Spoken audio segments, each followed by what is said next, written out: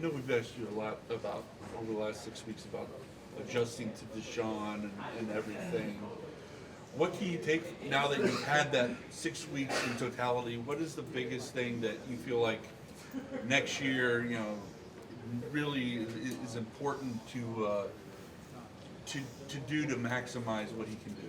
Yeah, I think we saw glimpses of what we can be with his, ability to improvise, ability to make the big pass when we need to get out of sacks. Also, like opens up, the run game for Nick Chubb. I think the last couple of weeks, like we haven't given him the ball as much, but his efficiency has been a lot better, run and pass for Nick. So you see all those things where it's like, hey, the goal is like to maximize our offense for everybody in it. You know what I mean? And if that's spreading them out and letting Nick run in 6 and 7 man boxes instead of 8 or 9 man boxes, I think it's a big advantage for us. And I think you saw glimpses of what we can do second half of Washington, some of those touchdown drives we had yesterday. And obviously there's things we need to work on. I think we have to understand, the scramble drill a little bit better. We have to understand our our protection, how he's going to move her out the pocket, things like that. But I think you saw glimpses of what could be good. Joel, did it feel like 2 seasons in one? And was that shift from Jacoby to Deshaun maybe tougher than you imagined? I don't know about 2 seasons in one, but there was definitely a distinct, difference in it. You play with a guy like Jacoby who was kind of the starting quarterback really from start of camp, just the reps he got and all the things that he got, and then Deshaun comes in and we understand how talented of a player he is, and so but different styles of play, so the offense had to figure that out, and I think we're still figuring that out, but I think we got 6 games under our belt of what can work, what can't work, what we need to do better, and it's something that we're all going to have all off season to really figure out. Joel, so your 8 seasons, or 9 seasons, 7 of them, 8 with losing records. How do you process that and just keep next year we're going to? Yeah, I really take it 1 year at a time. That's my overall record, and you look back on it. There's been a lot less successful seasons than successful seasons, but for me, I'll look at big picture for myself, like what I want to do to get better, how I want to take that next step in my game, because I think there's always room to improve. And then big picture thing, like what can we do for this team next year? I don't really look back on 2016 or 17, that's really going to affect us this year. So it's tough, you'd rather win games than lose games, and I want to win. It's finish my career out with some winning records would be great. So that's kind of my process on that. Hey, Joe, you talked about it. What do you envision the offense looking like next year? Right, you said it started to transition. So, like, how do you think it's going to look?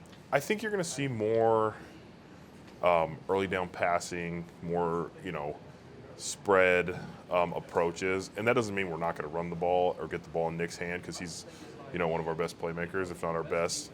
But you're going to see things like that. I think, and if it's working to our level, you're going to have a lot less third and longs. You're going to have, second and shorts or third and shorts that are a lot more convertible than those third and longs. I think it's just an efficient way to do things, and I think as an O-line, we want to protect better than we did yesterday, and we want the ball out of Deshaun's hand, quicker as well. So it's just a combination of things. It's one of those things, but you're going to see that spread. You're going to see still take shots on play action. You're going to still see, a few of our touchdowns have been off of play action passes and stuff like that with Deshaun. So they're all still capable. We're still able to run the ball and bully people.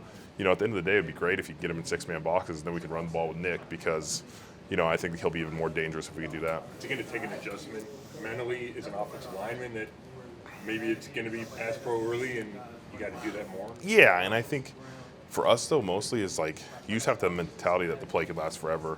And no matter what you say, there's always that like little clock in your head where it's like, oh, okay, I've blocked long enough here. And with Deshaun, it doesn't seem like it's ever long enough because he's trying to make a big play. Joel, in 4 weeks, Joe's officially going to go in the Hall of Fame. So how cool for you is it to see that come to fruition? Besides possibly having to play in the Hall of Fame game,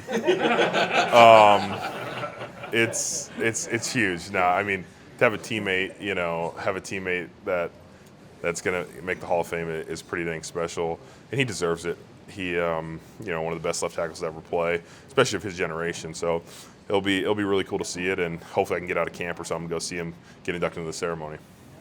I know injuries happen, during the course of the season, but especially, when you're in the offensive line spot. But, you guys, it was always, if it wasn't Ethan, it was Jack. If it wasn't Jack, it was Wyatt. Somebody seemed to always be, battling Yeah. something. How much did that kind of takes a little bit away from being able to get the continuity you needed up there? Yeah, it's a major part of it, and the fortunate part is they happen. You get rolled up on, you get guys flying into the side of your legs, things that you really can't control a lot of the time. So you have to get used to it. But it did affect us. I thought we were rolling pretty good. Poe ended up getting hurt, really affected us. Wyatt obviously was, a little banged up throughout the year, and that was something that we had to try and overcome. I do think Coach Callahan does a good job of getting guys ready to play, for those streaks of time. It's something we obviously want to be healthy, because I think when we have our 5 guys out there and we're healthy, we can be a pretty dang good O-line. As you close the book on the season, is it a different disappointment or hurt because you guys are talented? Yes, it's disappointing. It's hard for me to explain. It sounds like an excuse, but the NFL is such a close game business. You know what I mean? Every game's meant to be close. If you look back on the season, like, there's 4 games, 5 games that you're like, even if we flip 2 or 3 of those, it's like we're sitting at 10 wins and you're in the playoffs. And that's something to look back on, but you have to figure out why you aren't executing in those moments.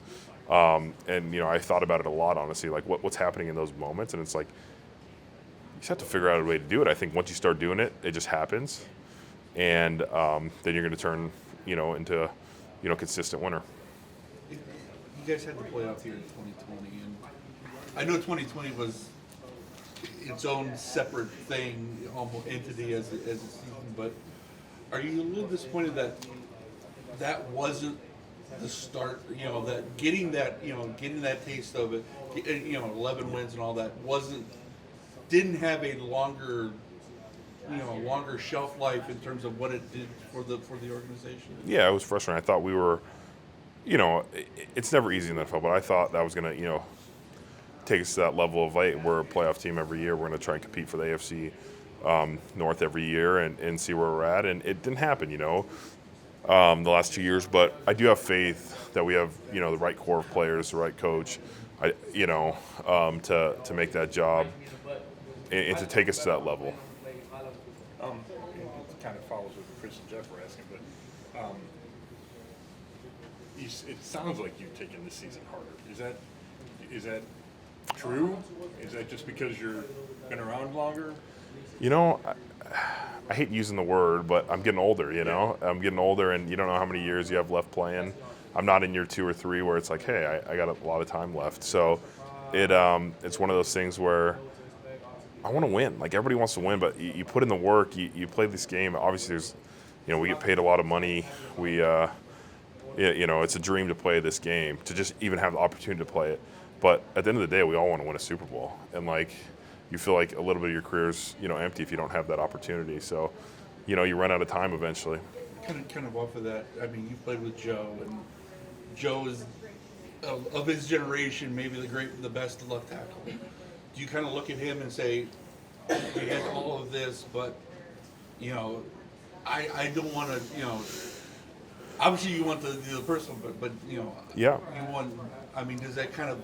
Yeah, I've talked to Joe a bunch. We talk all the time, and we'll text back and forth or say stuff to each other about things. And I think that's his biggest realization. Like, he did everything in his power, and it wasn't enough, and that frustrated him, towards the end of his career. And obviously the end of his career was really rebuilding for us as a franchise. So that was definitely a frustrating point. And, I think we're hopefully going to get to the point where at the end of my career we're going to be competing for things. So hopefully we have some time. But he's definitely been frustrated by that throughout his career. How much do you guys talk about the inability to make the big plays at the critical times? I mean, you just said you kind of break it down yourself. Do you think a lot of guys are trying to look for the solution themselves? Yeah, I think, if you're a competitor and you want to win, you're going to look, why do we not win this game, And so that's something that we all talked about and thought about. And there was a discussion point with Kevin as well, just, you look back on the season as a whole, like, what didn't we do, well enough in those situations.